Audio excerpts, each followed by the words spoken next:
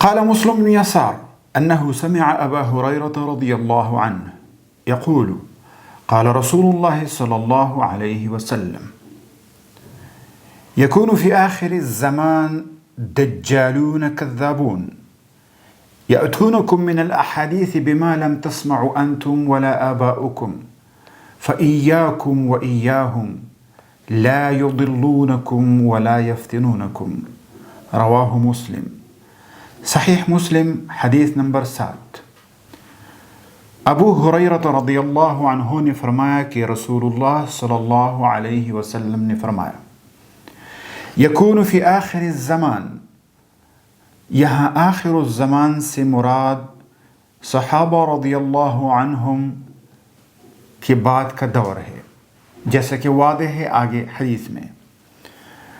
صحابہ کے بعد کے زمانے میں لوگ پیدا ہوں گے دجالون کذابون، دجالون اور کذابون ہوں گے.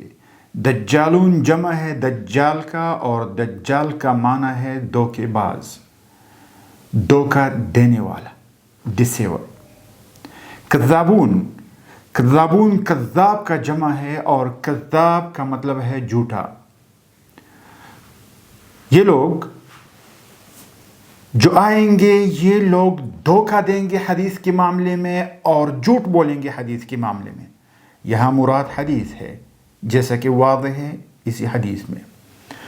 لوگ ہوں گے جو آپ کو دھوکہ دیں گے حدیث کے معاملے میں.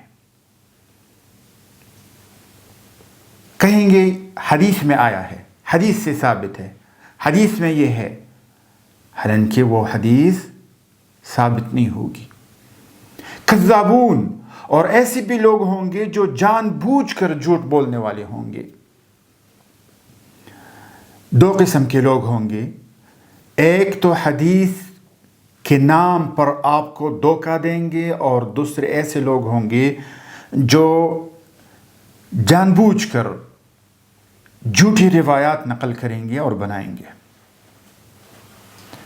آگے رسول اللہ صلی اللہ علیہ وسلم نے خود فرمایا یأتونکم، وہ آئیں گے آپ کے پاس، لے کر آئیں گے من الاحادیث، ایسے احادیث بما لم تسمعوا انتم ولا آباؤکم، ایسے احادیث لائیں گے جن کو نہ آپ نے سنا اور نہ آپ کے آبا نے سنا.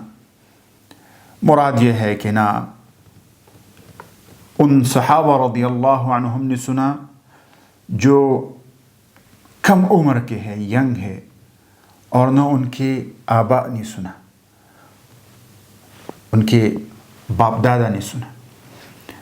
نہ عمر نے سنا اور نہ ابن عمر نے سنا رضی اللہ عنہما. نہ ابن عباس نے سنا اور نہ عباس نے سنا. نہ ان صحابہ نے سنا جو بیٹے تھے اور نہ ان صحابہ نے سنا جو باپ تھے. اس حدیث میں یہ واضح ہے کہ معیار جو ہے، حدیث صرف وہ قبول ہوگی جو صحابہ کرام نے سنی ہوگی رسول اللہ صلی اللہ علیہ وسلم سے. ہر وہ حدیث جو صحابہ رضی اللہ عنہم کے دور میں نہیں تھا، حدیث نہیں تھی، تو وہ حدیث روایت کرنا، نقل کرنا، یہ دھوکہ اور جھوٹ ہے. شرط ہے، ضروری ہے کہ حدیث صحابہ کرام سے نقل ہو، اور ہر وہ روایت جو بعد میں بنی ہے باطل ہے، جھوٹ اور دھوکہ ہے. رسول اللہ صلی اللہ علیہ وسلم نے آگے فرمایا فَإِيَّاكُمْ وَإِيَّاهُمْ، میں خبردار کرتا ہوں ان کے معاملے میں، خبردار ان سے حدیث نہ لو. خبردار نہ لو ان سے حدیث. جو لوگ آپ کو دھوکہ دیتے ہیں اور جو لوگ جھوٹ بولتے ہیں، غیر ثابت روایات نقل کرتے ہیں، ان سے روایت قبول نہ کرو. لا یضلونکم ولا یفتنونکم، خبردار وہ آپ کو گمراہ نہ کر دے، اور خبردار وہ آپ کو فتنے میں نہ ڈالے. اس جملے سے معلوم ہوا کہ گمراہی کی ایک اصل وجہ غیر ثابت روایات ہے، وہ احادیث جو رسول اللہ صلی اللہ علیہ وسلم سے ثابت نہیں ہے۔ غیر ثابت روایات کی تعداد زیادہ ہے ثابت روایات سے۔ گمراہی کی ایک اصل وجہ وہ روایات ہے جس کو آپ ضعیف کہتے ہیں، جس کو آپ غیر ثابت کہتے ہیں، جس کو آپ باطل کہتے ہیں، اور فتنی کا وہ آپ کو فتنے میں نہ ڈالے۔ فتنے کی ایک وجہ غیر ثابت روایات ہے۔ تو معلوم ہوا کہ اگر ہم نے اپنے آپ کو گمراہی اور فتنے سے بچانا ہے تو ایک ضروری چیز یہ ہے کہ ہم ان روایات کو قبول نہ کریں جو ثابت نہ ہو۔ جس طرح کہ کل کی درس میں ہم نے پڑھا تھا، گمراہی سے بچنے کے لیے ایک ضروری چیز ہے صحیح فہم، یعنی صحیح سمجھ۔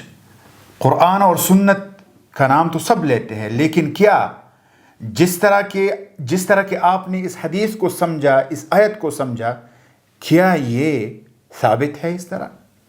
کیا وحی نے اس کو اس طرح بیان کیا ہے، یا کیا آپ نے کسی مصنوعی اور بناوٹی تصور اور قاعدے اور اصول کو دیکھ کر اس حدیث کو اپنے عقل کی تابع کی ہے، یا اس آیت کو اپنی عقل کی تابع کی؟ بہت سارے لوگ مصنوعی اور بناوٹی قواعد بنا کر دین ان قاعدوں میں ڈالتا ہے، دین ان سانچوں میں ڈالتا ہے، دین اپنے تابع کرتا ہے۔ ضروری تو یہ تھا کہ ہم وحی کی تابعداری کریں۔ اتبعوا ما انزل الیکم، اسلام اس لیے آیا تھا کہ ہم اس کی تابعداری کریں، ہم اس کی تابع ہو، لیکن لوگوں نے اپنے عقل کے ذریعے کچھ اصول قواعد وغیرہ بنا کر ان سانچوں میں آیات اور حدیث کو ڈالا۔ تو ہم نے یہ کہا تھا کہ سب سے پہلے ایک چیز جو ضروری ہے وہ صحیح فہم ہے، اور گمراہی سے بچنے کے لیے ایک ضروری چیز جو ہے وہ غیر ثابت روایات سے بچنا ہے۔ اس حدیث سے واضح ہوا کہ لوگ ضرور بنائیں گے احادیث، کیونکہ امتحان ہے۔ رب العالمین نے ہمیں اس جہان میں پیدا کیا ہے، یہ امتحان ہے، یہ دنیا امتحان ہے۔ یہاں مختلف ایسے صورتحال ہوں گے، ایسی چیزیں ہوں گے جو لوگوں کے لیے امتحان اور فتنہ ہو۔ جس طرح کہ واضح ہے کیوں ضعیف احادیث ہے، اس لیے ہے کہ یہ ایک امتحان ہے۔ لا یفتنونکم، لوگ کہتے ہیں حدیث تو ضعیف بھی ہے، باطل ہے، غیر ثابت ہے۔ یہی تو کمال ہے کہ جب ایک چیز ضعیف ہے، ایک چیز غیر ثابت ہے، تو یہ دلیل ہے کہ وہ اصل چیز محفوظ ہے۔ دوسرے ادیان کی جو درس ہے اس میں یہ نہیں ہے۔ اس میں اگر آپ آج بھی جھوٹ شامل کریں تو کوئی پتہ نہیں چلتا۔ بارک اللہ فیکم۔ اس حدیث سے واضح ہوا کہ غیر ثابتہ روایات ہوں گے، اور ضروری ہے کہ ہم ایسے اسباب بنائیں، ضروری ہے کہ ہم تحقیق کریں، اور ضروری ہے کہ ہم حدیث کو تقسیم کریں اس حدیث کی بنیاد پر کہ یہ جو احادیث ہے یہ ثابتہ ہے، اور یہ احادیث جو ہے یہ باطلہ ہے، غیر ثابتہ ہے۔ باطل سے مراد یہاں جھوٹ نہیں، جھوٹ بھی اس کے اندر شامل ہے۔ باطل سے مراد اس کی نسبت رسول اللہ صلی اللہ علیہ وسلم کی طرف باطل ہے، یہ ثابت نہیں ہے۔ باطل سے مراد غیر ثابت۔